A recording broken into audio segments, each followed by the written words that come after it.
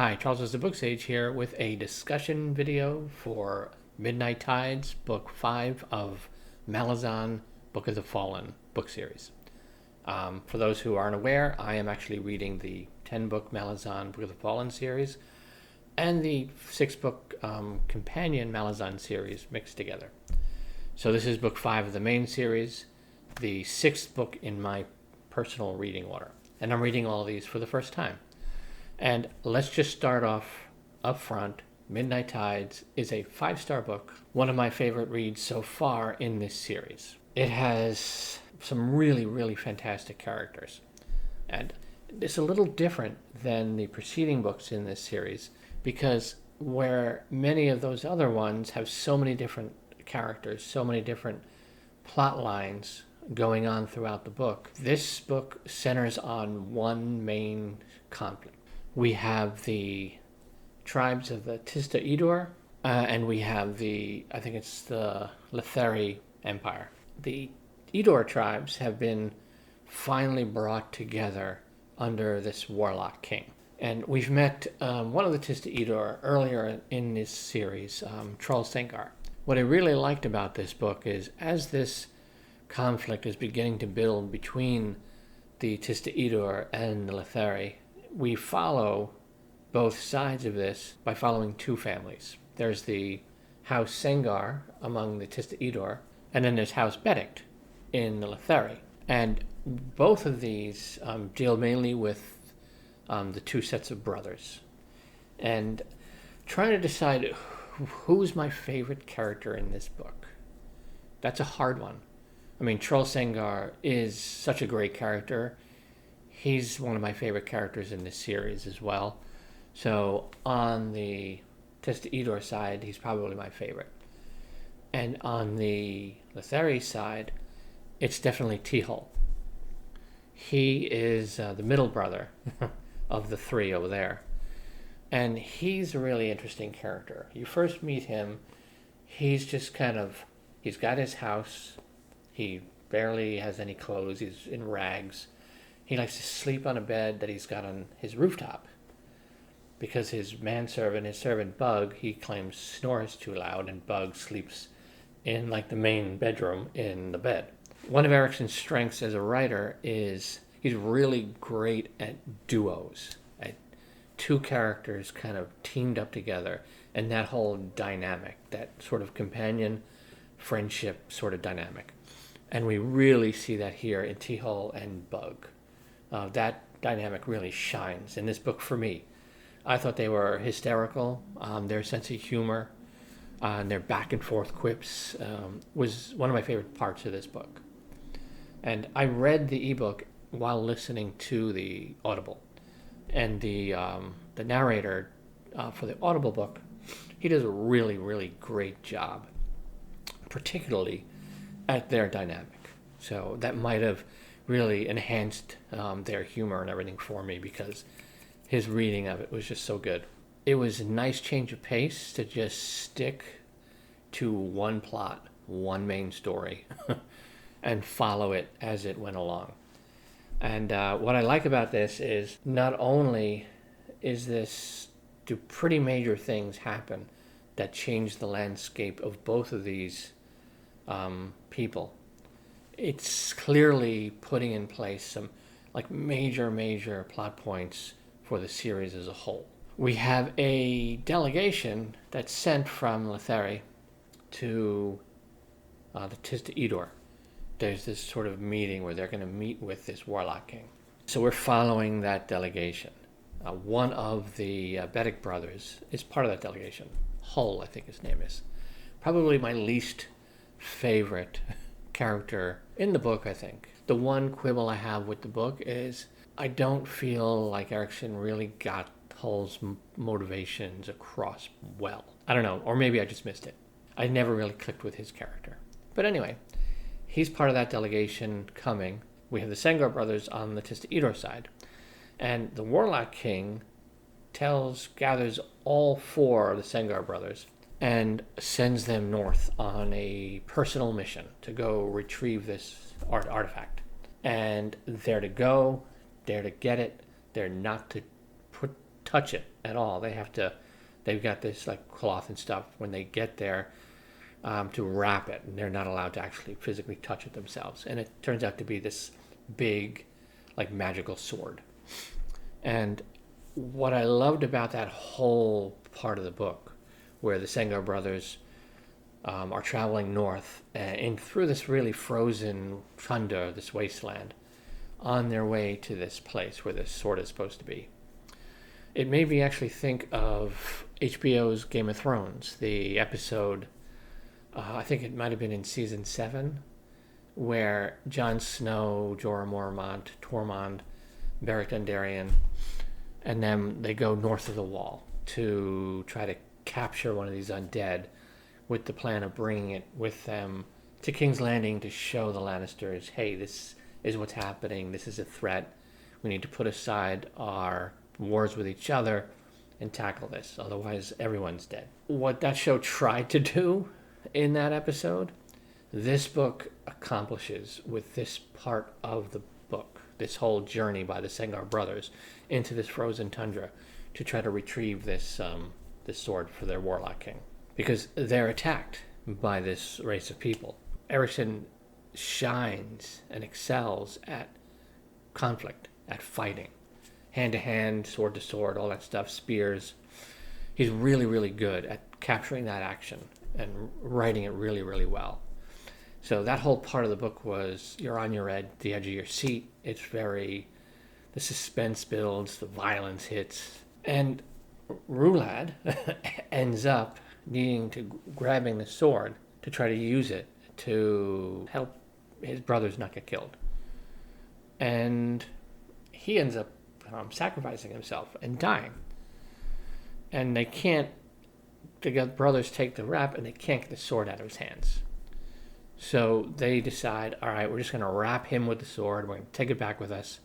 And when we get back home, they'll figure out how to get the sword out of his hands. And it's a pretty big moment, and it's like, this is the youngest brother who has been so obsessed with trying to prove himself to his older brothers. And he ends up sacrificing himself to save them. They return, and the Warlock King loses his mind because this sword is like bound to this dead body. While that's happening, you have everything going on over here in Letherii. And I know I'm not doing a good job really just explaining how fantastic this book is, because it seems kind of sort of straightforward, but it's so well written. Going back to T-Hall, he presents himself as this sort of, he lost his fortune, he's destitute, he just lounges around, he's given up on life. When in reality, he's playing a very long game, and he's working on this plan to destroy this very powerful person in their sort of empire. A man who saved the king's life from assassins, and who the king then basically granted like carte blanche. You can do whatever you want to anybody, and you won't be arrested and prosecuted for it. The only thing you can't do is kill me, but anything else you want to do, have at it. And that guy is becoming a threat to the kingdom as a whole and to the Beddict family.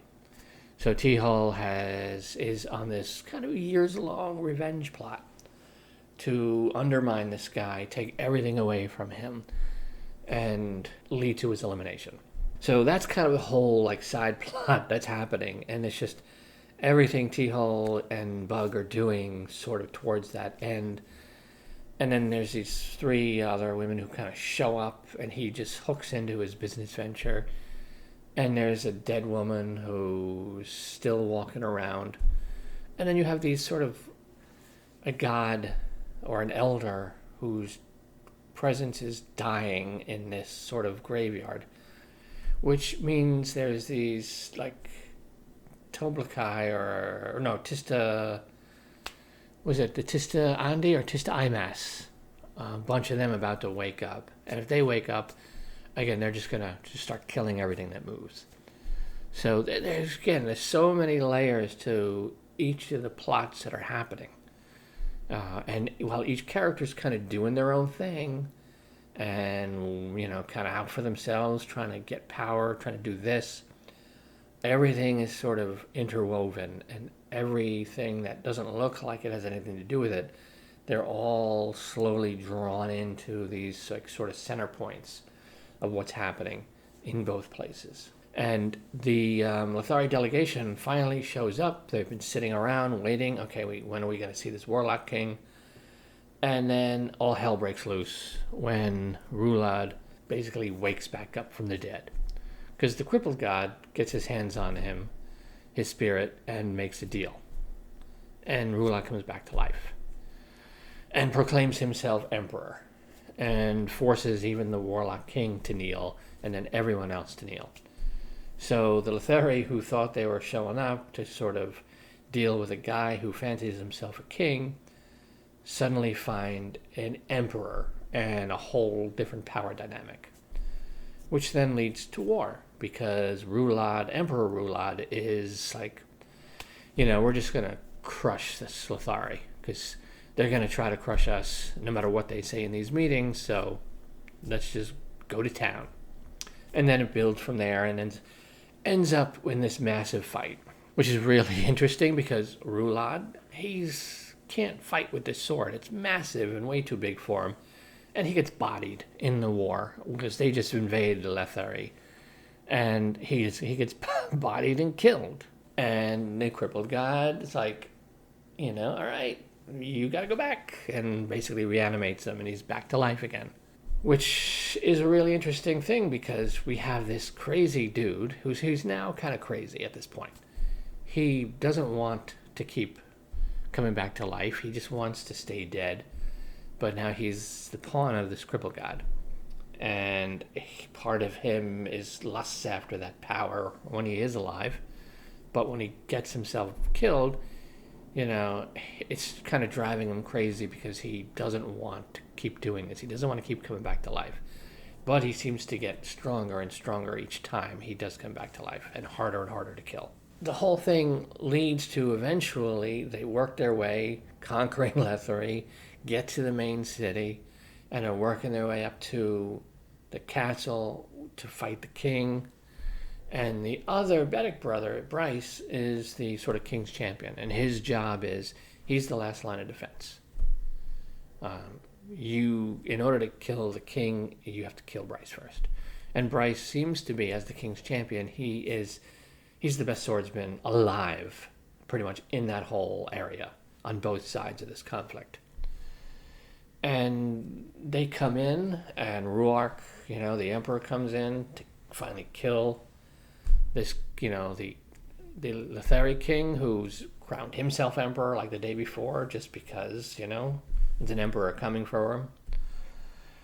And Bryce just slices the ever-living crap out of Rulad in this duel.